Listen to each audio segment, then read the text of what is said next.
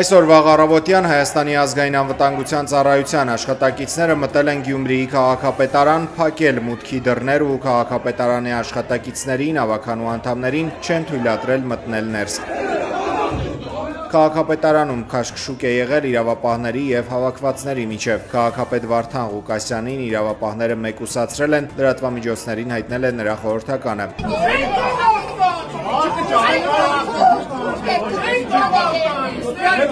Հակակոռուպցիոն կոմիտեն հայտնել է մեջբերում Գյումրի համայնքի մի խումբ պաշտոնատար անձանց կողմից խոշոր չափերով կաշառք ստանալու, վերջիններիս կաշառք տալու մեղադրանքներով ձերբակալվել է 8 անձ։ Կոմիտեն նաև տեսանյութ է հրապարակել գործի մասին։ Գյումրի համայնքի ղեկավարը եւ գլխավոր ճարտարապետը տեղեկանալով այն մասին, որ քաղաքացու կողմից Գյումրի համայնքի Գարեգին Նժդեհ փողոցի 1 կոտորակ 9 հասցեում կառուցվել է շուրջ 1500 քառակուսի մետր մակերեսով ինքնակամ շինություն, որը ենթակա է եղել քանդման։ Եկել են նախնական համաձայնության քաղաքացու հետ մտնել կոռուպցիոն գործարքի մեջ, խոստանալով կառուցված ինքնակամ շինության քանդման ուղղությամբ միջոցներ չձեռնարկել։ Ավելին, կազմել շինությունն իբրև քանդված եւ նոր կառուցված լինելու վերաբերյալ պաշտոնական կեղծ փաստաթղթեր, օրինականացնել այն դրա դիմաց պահանջելով խոշոր չափերով 4 միլիոն Հայաստանի Հանրապետության դրամ գումարի կաշառք։ Գյումրու փոխքաղաքապետ Գագիկ Մանուկյանը գյումրեցիներին կոչ է արել շրջափակել քաղաքապետարանը։ 100 հոգուց ավելի զինված մտել են քաղաքապետարան, պարալիզացրել են ամբողջ աշխատանքը,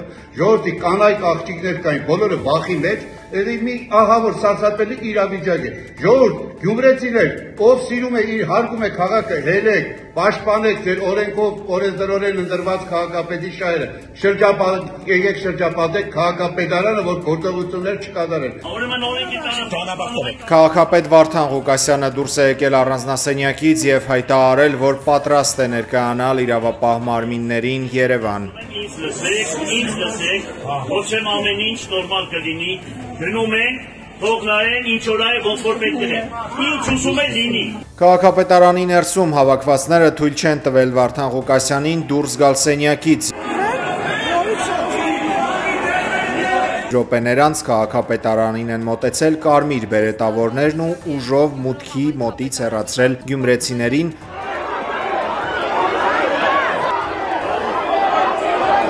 և ներս մտել քաղաքապետարան։ Սակայն Ղուկասյանի սենյակ հասնել չի հաջողվել, քանի որ այնտեղ տանող ճանապարհը փակել են քաղաքացիները։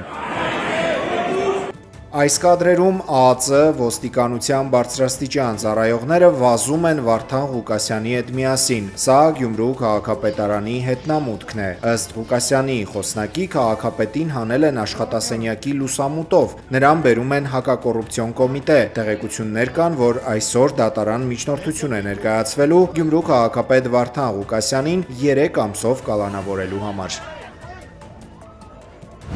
Փաստաբան Ալեքսանդր Կոչուբաևի պաշտպանական խումբն այսօր դիմել է Հայաստանում հավատարմագրված դեսպաններին։ Նրանց ուշադրությունը հրավիրել փաստին, որ կոպիտ ձևով խախտվում են փաստաբան Կոչուբաևի իրավունքները։ Նա ձերբակալվել է ոչ իրավաչափ ձևով եւ այս պահին ընտրված խափանման միջոցը անհամաչափ է։ Դեսպանների ուղարկած դիմումի նպատակն է միջազգային հանրության ուշադրությունը հրավիրել իրավապաշտպան գործունեություն իրականացնող անձի նկատմամբ տեղի ունեցողին։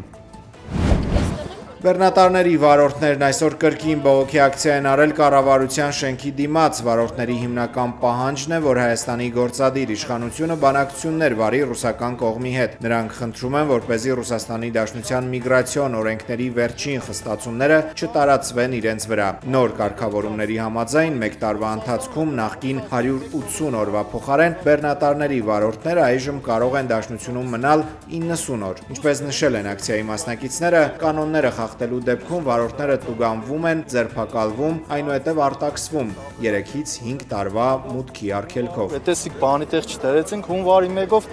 կրնան լերից փակեն, շրջափակման մեջ մտնենք։ Սա տեղյակ եք, թե Վրաստանում էլ ինչ կկատարվի մեր հայ բեռնափոխադրողների համար։ Հայաստանի վարչապետը Վատիկան աշխատանքային այցի երկրորդ օրը հանդիպել է Հռոմի պապ Լևոն 14-րդի հետ։ Ըստ պաշտոնական աղբյուրի նրանք քննարկել են Հայաստանի եւ Ադրբեջանի միջև խաղաղության հաստատումը, ինչպես նաեւ անդրադարձել հումանիտար հարցերին։ Նորին սրբությունը ընդգծել է Սուրբ Աթոռի եւ Հայաստանի միջև հաստատված սերտ հարաբերությունները, հատկապես կարևորելով Վենետիկի Մխիթարյան միաբանության դերն այդ կապերի խորացման գործում։ Հայաստանի վարչապետը Վատիկանում այցելել էր Հռոմի Սուրբ Նիկողայոց հայ-կաթողիկե եկեղեցուն կից գործող Լևոնյան վարժարան, հանդիպել է Տանն Կիլիկիո կաթողիկե հայոց կաթողիկոս պատրիարք ամենապատիվ եւ գերերջանիկ Տեր Ռաֆայել Պետրոս Մինասյանին եւ վարժարանի սաներին։ Հանդիպան ընթացքում քննարկվել են Հայաստանի ներքին եւ արտաքին քաղաքականությունը, Հայաստան-Ադրբեջան հարաբերությունների կարգավորման գործընթացին, տարածաշրջանային զարգացումներին եւ մարտահրավերների հաղթահարմանը վերաբերող հարցեր։ Մտքեր են փոխանակվել նաեւ քրիստոնեական արժեքների տարածման եւ պահպանության աշխատանքների, ինչպես նաեւ մի շարք այլ հոգեվոր եւ հասարակական թեմաների մասին։ Նիկոլ Փաշինյանը Վատիկան էր մեկնել մասնակցելու arczepiskopos Իգնատիոս Մալոյանի եւ եւս 6 երանելիների սրբադասման արարողությանը։ Այն հանդիսապետել է Հռոմի Պապ Լևոն 14-րդը։ Ի պատիվ arczepiskopos Իգնատիոս Մալոյանի Սուրբ Պետրոսի հրապարակում հնչել է հայերեն աղոթք։ O Ecclesia Sancta Dei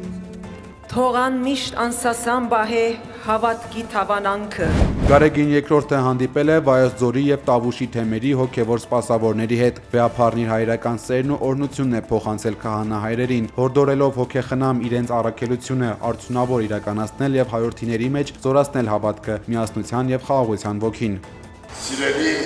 ուխտավոր զավակներ մեր Ամենայն հայոց կաթողիկոս Գարեգին երկրորդը Մայր տաճարում մատուցված Կիրակնօրյա ժամերգության ժամանակ անդրադարձել է Միքայել Բագրատ Մկրտիչ սրբազանների եւ ազգային բարերար Սամվել Կարապետյանի կալանավորմանը դատապարտելով տեղի ունեցածը։ Մեր սրտերը ծանրացած են տեսնելով, թե ինչպես են քաղաքական որոշումով եւ կեղծ մեղադրանքներով կալանավորվել նրանք, ասել է Գարեգին երկրորդը։ Նա իշխող ուժի գործողությունները որակել է հակաեկեղեցական եւ դատապարտելի։ Հայրապետի խոսքով չնայած այս գործողություններին հայ առաքելական Սուրբ եկեղեցին անսասան կմնա հզոր եւ հավատավոր իր ժողովրդով եւ նույն նվիրումով շարունակելու է իր տերունական առաքելությունը հուսակերտ եւ բարեզարդ ծառայելով ազգին ու հայրենիքին։ Գարեգին երկրորդը կոչ է արել հավատացյալներին ամուր մնալ հավատքի եւ սիրո մեջ, չընկրկել դժվարությունների ու փորձությունների առջև։ Կիրակնօրյա ժամերգությունը տեղի է ունեցել այն բանից հետո, երբ հազարավոր քաղաքացիներ մեր ձևով շարժման անդամների հետ միասին ուխտի են գնացել Սուրբ Էջմիածին։ Ժամերգությունից հետո եկեղեցու բակում տեղի է ունեցել մոմավառություն։ Սրանք օրվա կադրերն են թռչնի թռիչքի բարձրությունից։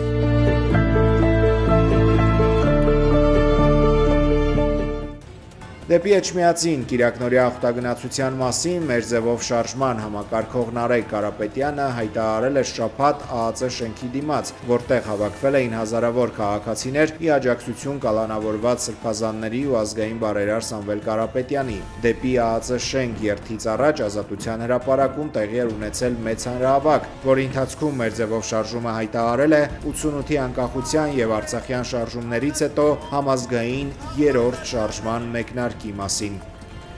Մենք մեր ձևով շարժման անդամները եւ կամավորները սկսում ենք երրորդ շարժումը, Հայաստանի վատ շրջանի ավարտի շարժումը եւ վերակառուցման շարժումը։ Մենք պետք է բոլորս պատրաստ լինենք եւ աշխատենք եւ գնանք դեպի ընտրություններ։ Մենք տեսնում ենք, որ հայ ժողովուրդը ունի հնարավորություն արդար ընտրություններով, լավ աշխատանքով իշխանությունից հեռացնել այս խմբակին։ Ինչպես ենք մենք իշխանությունից հեռացնելու նրան, եթե նա ունի պետական ռեսուրսներ, նա ճնշումներ է գործադրելու, նա մարդկանց տիպողաբար տանելու է ընտրելու, ես կարող եմ ասել այդ ժամանակ, հաղթանակը պետք է լինի այնպես, որ իրենց տիպողաբար ընտրած 10,000, 20,000 այդ մարդկանց ձայները վերջնական արդյունքի վրա տարբերություն չտան, այսինքն քաղաքացիական պայմանագիր կուսակցության պարտությունը լինի անվերապահելի։ Հանրահավաքից հետո, որին տարբեր տեղեկություններով մասնակցել է մինչև 30,000 մարդ, լրատվամիջոցներից մեկը տարածել էր գաղտնալսված հեռախոսազրույց, որտեղ նշվում էր, որ մեր ձևով շարժման հանրահավաքին մասնակցելու համար քաղաքացիներին գումար են բաժանել։ Նշվում է, որ Ոմն Գևորիկն է փողը տալիս։ Մեր ձևով շարժման ԶԼՄ-ների հետ կապերի պատասխանատու Մարիաննա Ղարամանյանը Facebook-ի իր էջում անդրադարձել է ձայնագրությանը։ Մեջբերում ենթադրաբար ԱԱԾ սպա Գևորիկը հանձնարարությունը լավ չի կատարել ու չի խոսում տաշերի բարբառով։ Նա նաև գրել է մեջբերում. «Ի պատասխան լրագրողների հարցումների իշխանական ԶԼՄ-ներով տարածված ձայնագրության հետ կապված քննչական գործողությունների իրականացման վերաբերյալ որևէ տեղեկություն չունենք եւ ընդհանրապես մեր ձևով շարժումը որևէ կապ չունի ձայնագրության մասնակից անձանց հետ։ Ամենայն հավանականությամբ ձայնագրությունը բեմադրված է վատ բեմադրիչի կողմից, որը նաև վատ կառավարիչ է»։ ԱՄՆ նախագահ Դոնալդ Թրամփի դեմ բողոքի զանգվածային ակցիաները Միացյալ Նահանգներում չեն դադարում արդեն մի քանի օր։ Հազարավոր ցուցարարներ հավաքվել են ոչ թագավորներին կարգախոսով դատապարտել կառավարական ճնշումները, հակամիգրացիոն քաղաքականությունը եւ փոքրամասնությունների իրավունքների ոտնահարումը։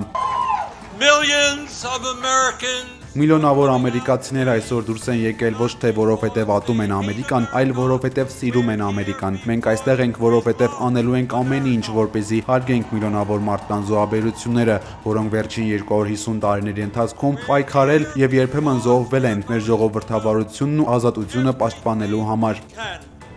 ԱՄՆ սենատոր Բերնի Սանդերսը ելույթի ընթացքում ասել է նաև, որ երկիրը վտանգի մեջ է, երբ նախագահը սպառնում է ձերբակալել կամ բանտարկել իր դեմ հանդես եկող քաղաքական հակառակորդներին, ներառյալ Նյու Յորքի գլխավոր դատախազին, ԱՄՆ գործող սենատորին եւ Կալիֆոռնիայի նահանգապետին։ Օրեգոնում բողոքի ակցիան ավարտվել է իրավապահների եւ ցուցարարների բախումներով։ ԱՄՆ ներգաղթի եւ մաքսային վարչության ծառայությունը ակցիան ցրելու համար արցունքաբեր գազ է բաց թողել։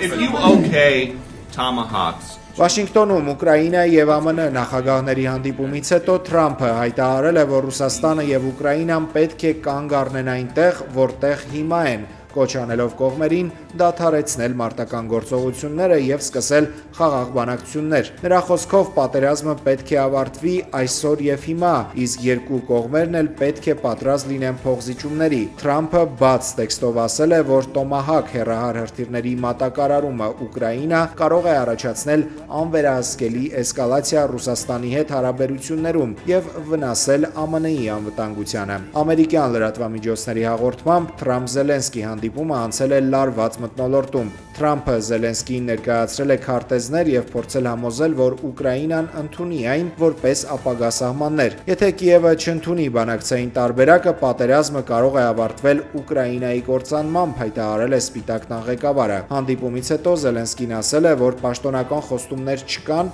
բայց մենք չենք դադարեցնի մեր պայքարը եւ չենք գնա զիջումների։ Չնայած ուկրաինական կողմի հիասթափությանը, Կրեմլը ողջունել է Թրամփի առաջարկը։ Ռուսաստանի նախագահի մամուլի քարտուղար Դմիտրի Պեսկովը նշել է, որ Մոսկվան գնահատում է Վաշինգտոնում իրականության գիտակցումը։ Ըստ ռուսական լրատվամիջոցների, նախորդին ունեցած հեռախոսազրույցի ընթացքում Պուտինը Թրամփին առաջարկել է Ուկրաինայից պահանջել Դոնբասի եւ Ղրիմի ճանաչում որպես ռուսական տարածք, խոստանալով դադարեցնել պատերազմը։ Մենք չենք ընդունի այն լուծումը, որը կնշանակի մեր տարածքների կորուստ, ասել է Զելենսկին Կիև վերադառնալուց հետո։ Ռուսաստանում այս ամենը ներկայացվել է որպես դիվանագիտական հաղթանակ։ Պաշտոնական Մոսկվան շեշտել է, որ ԱՄՆ-ն վերջապես հասկացել է, Ուկրաինան չի կարող պատերազմում հասնել արդյունքի առանց Ռուսաստանի հետ ուղիղ բանակցությունների։ Առաջիկայում ռուս-ամերիկյան բարձր մակարդակի հանդիպում է սպասվում Հունգարիայում։ Նախատեսվում է, որ Պուտին-Թրամփ բանակցությունները տեղի կունենան հոկտեմբերի 30-ին կամ 31-ին։ Իսրայելի եւ Համաս շարժման միջև կնքված ԱՄՆ նախագահի հրադադարի համաձայնագիրը խախտվել է մի քանի օր տևած հրադադարից հետո Գազայի կենտրոնը կրկին հրետակոծվել է։ Իսրայելը փակել է քաղաքի մուտքը մարդասիրական օգնություն բերող բեռնատարների համար։ Վարչապետ Նեթանյահուն հայտարարել է, որ Գազայի եւ Եգիպտոսի սահմանին գտնվող Ռաֆահ անցակետը փակ կլինի, մինչև Համասը կվերադարձնի իսրայելցի բոլոր պատանդներին։ Այս բռնկումների ֆոնին ԱՄՆ նախագահ Դոնալդ Թրամփը հայտարարել է, որ Միացյալ Նահանգները պատրաստվում է քննել հրադադարի ռեժիմի խախտման դեպքը։ Մենք ցանկանում ենք համոզվել, որ Համասի հարցում ամեն ինչ կընթանա հնարավորինս խաղաղ ձևով։ Նրանք բավականին անզիջում են։ Հնարավոր է Համասի ղեկավարությունը հրադադարի խախտման հետ կապ չունի, եւ դա եղել է շարժման ներսում գործող անհնազանդ խմբերի նախաձեռնությամբ։ Մենք այս հարցը պատշաճ ձևով կլուծենք, ասել է Թրամփը։ Գազայի կառավարությունը հայտնել է, որ հրադադարի հաստատումից հետո իսրայելական զինուժը 80 անգամ խախտել է հրադադարը, զոհվել է 97 մարդ եւ վիրավորվել 230-ը։ Չնայած այս հանգամանքին, Իսրայելի վարչապետ Բենյամին Նեթանյահուն Գազայում տեղի ունեցածը անվանել է վերածննդի պատերազմ եւ հայտարարել, որ պատրաստվում է իր տեխնացությունը առաջադրել 2026 թվականի ընտրություններում։ Վերջին տասնամյակների մշակութային ամենախոշոր կողոպուտն է տեղի ունեցել Փարիզի Լուվրի թանգարանում։ 3 դիմակավորված անձինք գողացել են Բոնապարտի կայսերական ընտանիքի հավաքածուին պատկանող արժեքավոր 9 զարդ, այդ թվում մարգարտազարդ եւ ադամանդապատ թագեր, վզնոցներ եւ կրծքազարդեր։ Կողոպուտը տևել է ընդամենը 7 րոպե։ Հանցագործները օգտվել են շինարարական աշխատանքների պատճառով առաջացած անվտանգային բացերից։ Mainly security people from the museum. Թանգարանի անվտանգության աշխատակիցները շատ պրոֆեսիոնալ արձագանքեցին միջադեպին։ Մեզ ասացին՝ դուք պետք է արագ դուրս գաք հիմա, ավելի արագ։ Մենք ստիպված էինք վազել եւ լքել շենքը։ Փարիզի քաղաքապետը կատարվածը համեմատել է ավելի քան 1 դար առաջ տեղի ունեցած Մոնալիզայի կտավի գողության հետ։ They plan this meticulously, obviously. Ակնհայտ է, որ գողերը մանրակրկիտ պլանավորել են։ Մենք նման միջադեպեր ունեցել ենք նաեւ այլ թանգարաններում, սակայն որքանով տեղյակ եմ, ավելի քան 1 դար Լուվրը նման կողոպուտի թիրախ չի եղել։ Ես իհարկե հիշում եմ միայն 1911 թվականին Մոնալիզայի կտավի գողության մասին։ Դրանից հետո թանգարանը այլևս հարձակման չի ենթարկվել։ Ֆրանսիայի նախագահ Էմանուել Մակրոնը Լուվրի կողոպուտը անվանել է հարձակում Ֆրանսիայի պատմության եւ մշակույթի դեմ։ Միջադեպից մոտ 24 ժամ անց Լուվրի թանգարանը մասամբ բացվել է այցելուների առջև։ Փակ է Ապոլոնի պատկերասրահը մինչև հետաքննության ավարտը։ Փարիզի դատախազ Լոր Բեկոն հայտարարել է, որ թանգարանի կողոպուտը կատարվել է կամ փողերի լվացման նպատակով, կամ եղել է պատվիրված։